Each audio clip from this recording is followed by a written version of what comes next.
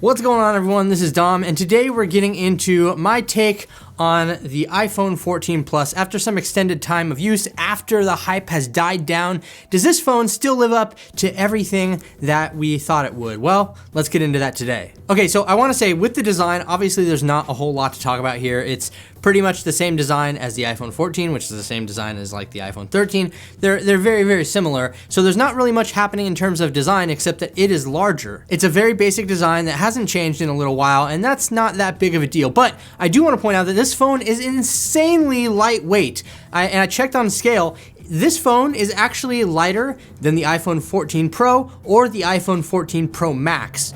It's lighter than both of those phones, and it just feels like it's nothing in your pocket. That's how light this thing is. So internally, we have the A15 Bionic, which is the guts, and around the front, we have a 60 hertz display panel. So you don't get 120 hertz with this, but to be honest, and yes, you can see the difference when you're comparing them side by side. 120 hertz to 60 hertz is a huge difference, but I don't think that most people really need that. I think that the 60 hertz does just fine for what it's doing. Obviously, having that ProMotion display that can go anywhere between 1 hertz and 120 hertz is pretty awesome, but this guy definitely holds its own in the display department. It's got the standard notch like we had on the 13 series, so it doesn't have the dynamic island or anything that you can find on the 14 Pro series.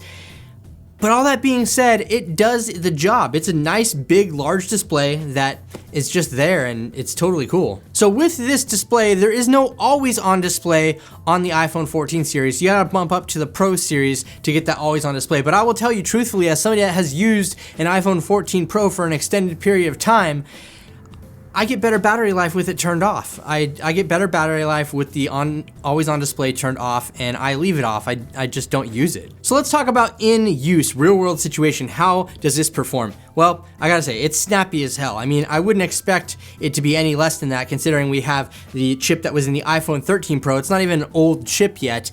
And some of the internals obviously were missing from the Pro model. Like I said, the ProMotion display and things like that. You're missing a camera on the back here. That's not that big of a deal, but we'll talk about that in a little bit. And it just basically has everything you need. So if you need a big screen iPhone, this thing definitely has all of the bare necessities. Everything from app use to gaming, etc., everywhere in between is pretty fluid, but honestly, that's what I expected of it, and it definitely delivered on my expectations. Real quick though, I want to give a huge shout out to channel sponsor CaseCoo and their new Magic Stand case. This case is absolutely awesome because it does have the MagSafe connector point on the back side of it, and it'll work with all of your MagSafe accessories, but this one is a little bit different because you can actually pull out this MagSafe portion and it's on a hinge, so you can use it as a stand, or you can use it to slip your fingers through for better grip on your phone.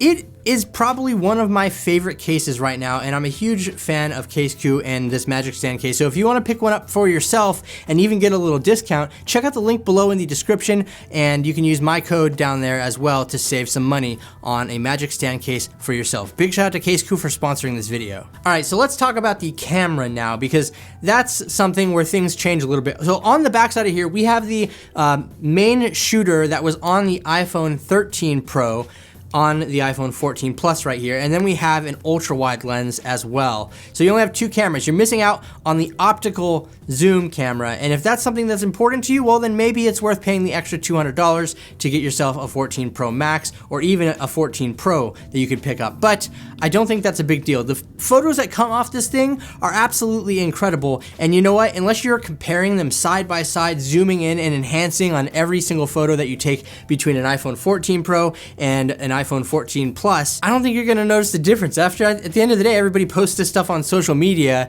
and it compresses it to all hell anyway. So I think that the cameras on here are plenty good. But if you want to see a full gallery of all the photos that I've taken with the iPhone 14 Plus, I'll definitely be sure to leave a link down below in the description for you. So let's talk about one of the important factors of any smartphone: battery life, right? Because Apple made some big claims saying, I think they said something to the tune of this is the best battery life that they've ever had in an iPhone.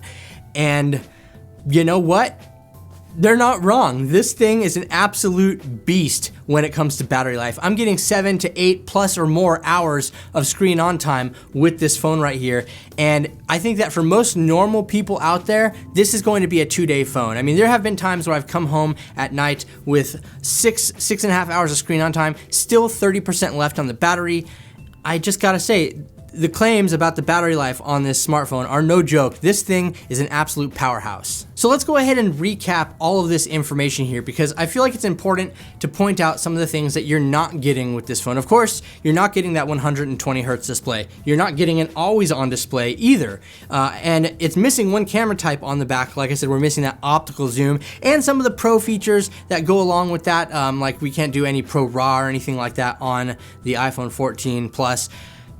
But if you don't need those pro features, then what are you doing? I mean, this is probably a good phone, even though the other one is more expensive and more new than the iPhone 14 Plus right here. I think that for most people out there, this is going to be plenty of iPhone for you. The iPhone 14 Plus is the every person phone. I feel like that's easy to say because it packs all of the necessities that you need and that you want from an iPhone, and with a much larger display and in a pretty affordable package at $899. Like I said, you could get a Pro Max for $1099, but if you're just looking for a no frills, like basic, I need an iPhone that works, that will run software and do what I need it to do, you definitely have to take a look at this guy. But I don't know, that's just my opinion and my time with the iPhone 14 Plus, and I would love to know what you think about this phone down in the comment section below. If you want a further review after maybe a year of use or something like that, definitely be sure to leave this video a thumbs up, and if you enjoyed it, go ahead and subscribe to the channel, and don't forget to hit the notification bell so you can be notified when new videos like this drop in the near future. That being said, I really do appreciate all the support, everyone. It means the absolute world to me. Once again, this is Dom, and I will catch you in the next video.